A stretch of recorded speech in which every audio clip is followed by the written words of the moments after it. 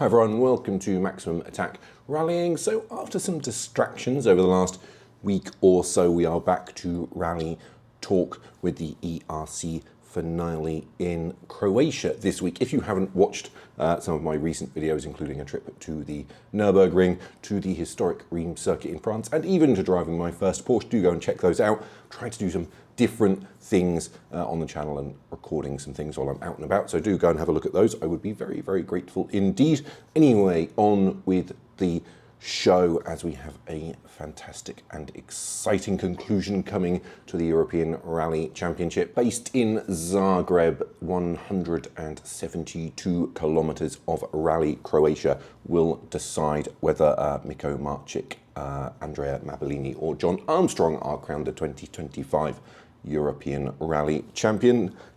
It has actually been 10 years, more than 10 years in fact, since the ERC visited Croatia.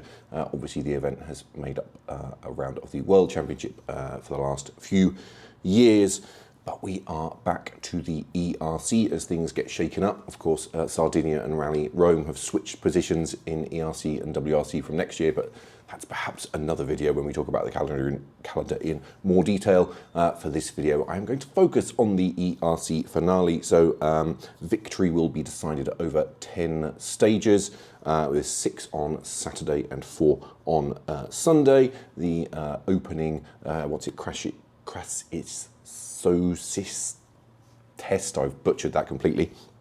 That is the opening stage on each of Saturday's loops, is the longest of the rally. That's 22.7 kilometers. So with a total of 170 competitive kilometers, it's relatively short if you're used to WRC events, but still longer than a lot of national events. Obviously, weather can play a big role on tarmac, with corner cutting, dragging mud and stuff onto the roads. The weather forecast that I have seen right now looks okay. Doesn't seem to be any rain forecast. Temperature is in kind of the mid-teens, so that shouldn't be too much of a factor. Obviously, you will get a little bit of mud and detritus being pulled onto the roads anyway, but the rain could have made that much worse.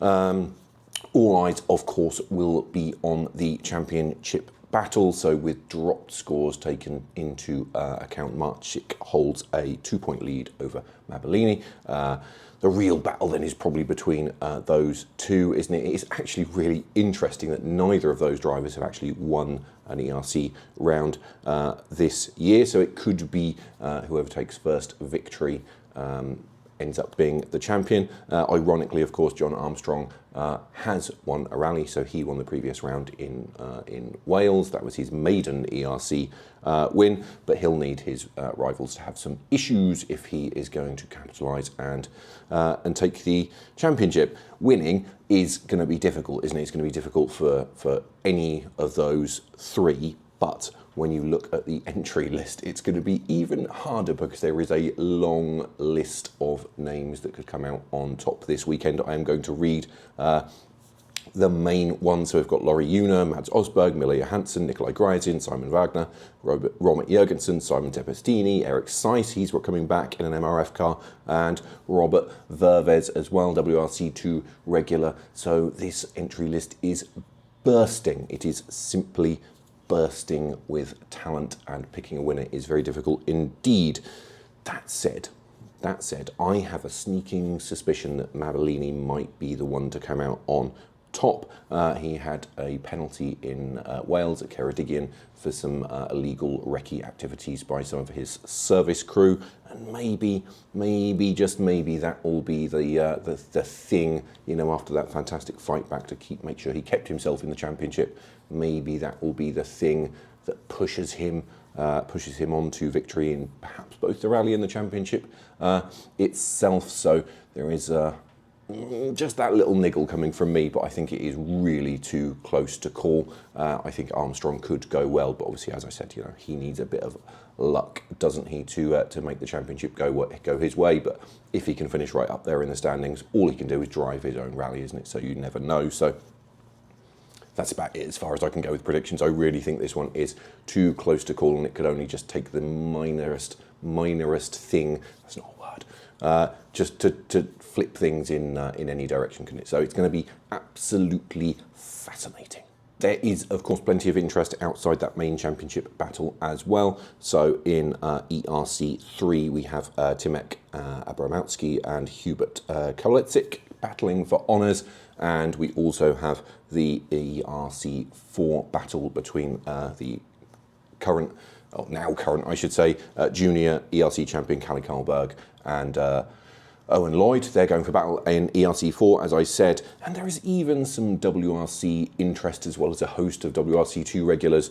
We also have Adrian Formo running in a Rally 1 Hyundai doing some pre-event testing for Central European Rally, which is in a couple of weeks, so you would expect him to be faster than everyone, wouldn't you? Though he's starting further down the order just because of how things are. So yeah, you would expect him to finish the rally at the front, though he might withdraw depending on how things go, because that seems to be the way, doesn't it, with Rally 1 crews. If they do lower level events, they will often withdraw from the rally at the end. So that is a quick overview of Rally Croatia. I think I will now hand things over to you, as always, to let me know who you think is going to come out on top in that championship battle. As I said, it is too hard to pick a winner, really. I'm perhaps sitting on the fence a little bit, but I don't often do that. I usually pick one. So yeah, as I said, I think for me, maybe Mabellini. I just have a little bit of a feeling, but I'd love to know who you think is going to win this one. Otherwise, make sure you hit that like and subscribe button. As always, follow me over on socials, and I will see you again in the next one.